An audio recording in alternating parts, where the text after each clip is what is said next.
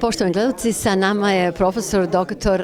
Tomislav Tezin. Prisustvovali smo jednom predavanju da li je svet na samrti.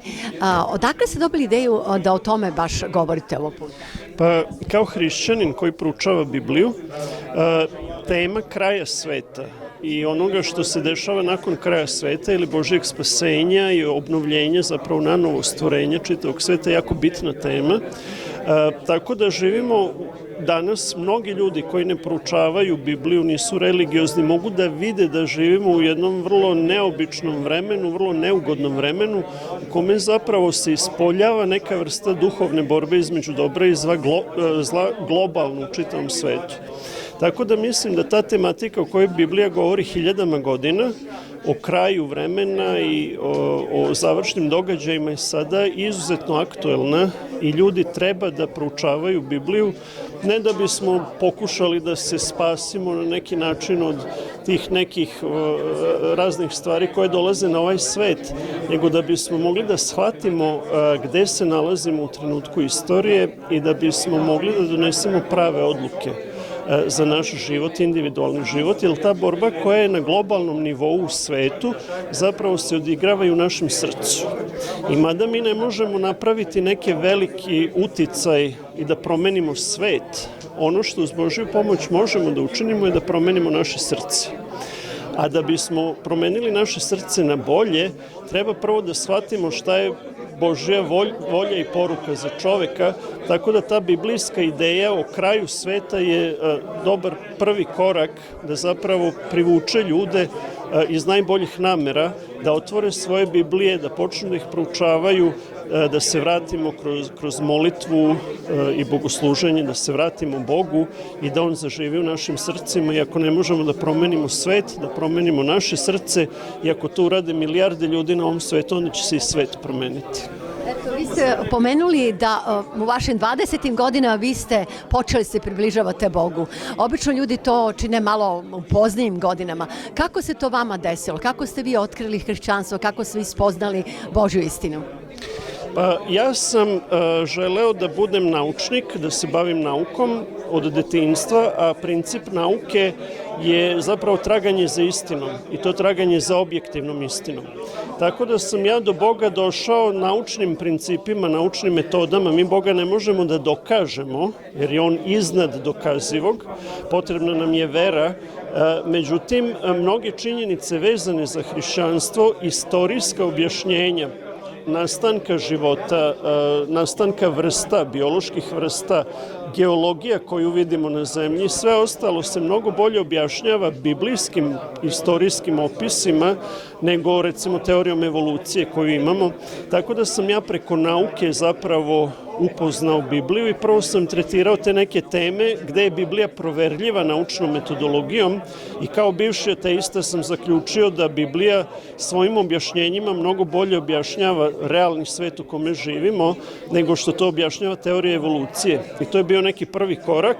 Kasnije sam naravno upoznao ličnost Boga. Bog je ličnost, Bog koji nam se objavljuje u Bibliji je ličnost i to je na našu sreću Bog koji je isključiva ljubav. I to agape ljubav, u starogrčkom jeziku ima nekoliko termina za ljubav. Ta ljubav agape je božanska ljubav koja je bezuslovna ljubav. Bog koji nas je stvorio je bezuslovna, savršena, čista ljubav i On nas voli takvom ljubavlju i to je naša sreća, jer postoje u raznim mitologijama različiti zli bogovi. Na svu sreću onaj Bog koji je pravi, koji je stvorio ovaj svet je Bog ljubavi. Tako da upoznao sam tog Boga i odgovorio sam na taj poziv ljubavi i mislim da je to nešto najbolje što čovjek može u svom životu da uradi. Pomenuli ste upravo u vašem predavanju kako mi da radimo na sebi da budemo bolji ljudi, da se približimo Gospodu, a također i da pomognemo drugima. Možete možda u par reči kako možemo da se spasemo i kako možemo da spasemo ljude oko nas, jer svi oko nas su naši bližnji, tako? To je suštinsko pitanje i postoji biblijski odgovor na to pitanje, a postoji i nebiblijski odgovori.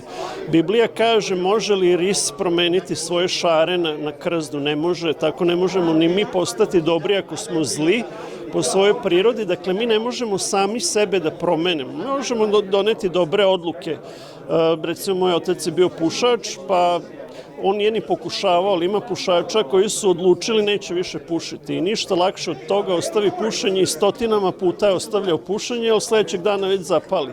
Dakle, mi ne možemo sebe da pobedimo jer naša priroda, Biblija otkriva da je naša priroda zla. Ali šta možemo da učinimo jeste da predamo naše srce Bogu i Bog može da čini čuda milosti nad ljudima. I ti Hristovi učenici, apostoli koji su postali temelj crkve, su bili obični ljudi sa svojim manama, Petar i svi ostali, svi su oni imali mane i Bog je u njima izgradio jedan savršeni ljudski karakter i to treba da bude i poruka za nas, a pre svega da se ugledamo na samog Hrista, da postanemo hristoliki i kažem, to ne možemo našim silama, ali ako u molitvi iskreno otvorimo naše srce Bogu, proučavamo svetu reč, Bog jednostavno može da se useli svojom milošću u nas i da postanemo zaista bolji ljudi. Spasavajući sebe, to često kažem, spasavamo i druge. Jer hrišćanstvo nije sebična religija, dakle ne možemo mi sebe da spasemo bilo kakvim asketizmom ili bilo čim drugim, time možemo da se približimo Bogu. Ne treba da zaboravimo da je uvek Bog taj koji spašava nas. Hristos je taj koji je poneo svoj krst da bi mene spasao od mog greha. Dakle, Bog je taj koji je uzeo inicijativu i na sličan način mi kada predamo naš život Bogu i kada počnemo da razmišljamo ne toliko rečima nego delima da pokazujemo Božju ljubav u našem životu, onda ljudi koji su pored nas će videti to i kazat će stani malo šta se dešava u životu ovog čoveka. Dakle, treba prvo delima da pokažemo, pa onda rečima ako smo pitani i na taj način, dakle, ako dozvolimo Bogu da živi u nama, spašavamo sebe, zapravo spašava nas Bog svojom milošću, ali na taj način dajemo šansu i našim bližnjima da i oni vide tu svetlost, božansku svetlost i da oni budu isto privučeni k njoj i spašeni za večnost. Evo za kraj, velika su iskušenja, civilizacija, što kaže uvek industrializacija, artificial intelligence i tako dalje i tako dalje. Sve manje imamo vremena za sebe, ta tehnologija, mesto da nam uštedi vreme, pogubuje nam ceo dan. Kako se zaštititi od svega i kako se, što kaže, sačuvati neki svoj mir i što kaže, održati se na pravom putu? Ja mislim da treba postaviti prioritete. Dakle, ne smatram da je potreban neki asketizam sada u potpunosti da se odvojimo od tehnologije, a ne smatram ni da je potrebno da potpuno utonimo u tehnologiju i da dozvolimo da ona vlada nama. Dakle, neka zlatna sredina koja je sve teže i teže postići, jer tehnologija je privlačna na mnoge načine. Nije da mi imamo manje vremena, imamo mi dovoljno vremena, ali ga koristimo na pogrešan način. Pa onda izgleda da imamo manje, jer imamo manje vremena za bitne stvari, a mi po svojoj prirodi uživamo u stvarima koje su zanimljive, ali ne moraju biti toliko bitne. Ja lično nemam mobilni telefon, ali vidim da svako koristi svaki slobodan moment da prelista i vesti na mobilnom telefonu i da se veže preko socijalnih mreža, da vidi ko je šta postavio na Facebook, to sve uzme vremena.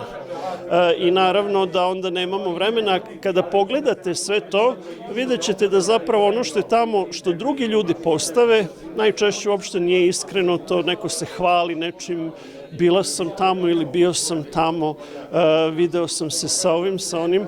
To su stvari koje nas ne spašavaju i oduzimaju nam dragoceno vreme. Tako da treba postaviti sebi prioritete, ne možemo mi da budemo sveci, anđeli, već bi nas Bog uzeo da smo sveci, ali treba da se trudimo uz Božju pomoć, da živimo jedan balansiran život i da kad postavimo prioritete na njihova mesta, a prva Božja zapovest kaže da nam je Bog na prvom mestu, onda svi ostali prioriteti se poređuju lepo. Tako da treba da se vratimo Bogu. Mnogo vam se zahvaljujemo vašom dragocenom vremenu i ja se nadam da ćemo se vidjeti uskoro ponovo ovako da se družimo i jedan pozdrav gledaocima Srpske televizije. Hvala svim gledaocima i pozdrav ovde iz Čikaga.